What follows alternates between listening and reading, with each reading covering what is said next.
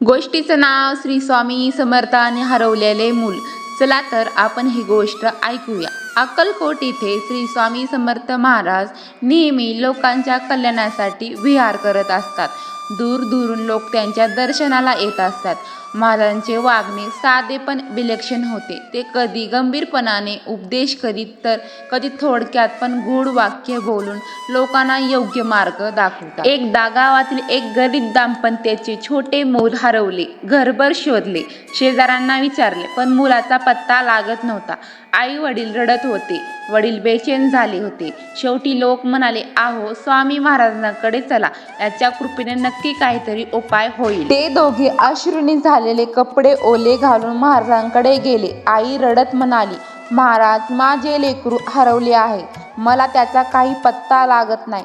माझे डोळे त्याला पाहिल्याशिवाय मिटणार नाहीत. महाराज शांतपणे तिच्याकडे पाहिले, हसले आणि म्हणाले, कशाला रडतेस? तुझे मूल नदी किनारी खेळते, जा, तिथे सापडेल.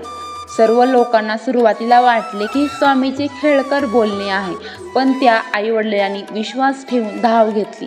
खरंच नदीच्या काठावर त्याचे लेकरू सुरक्षित बसलेले दिसले.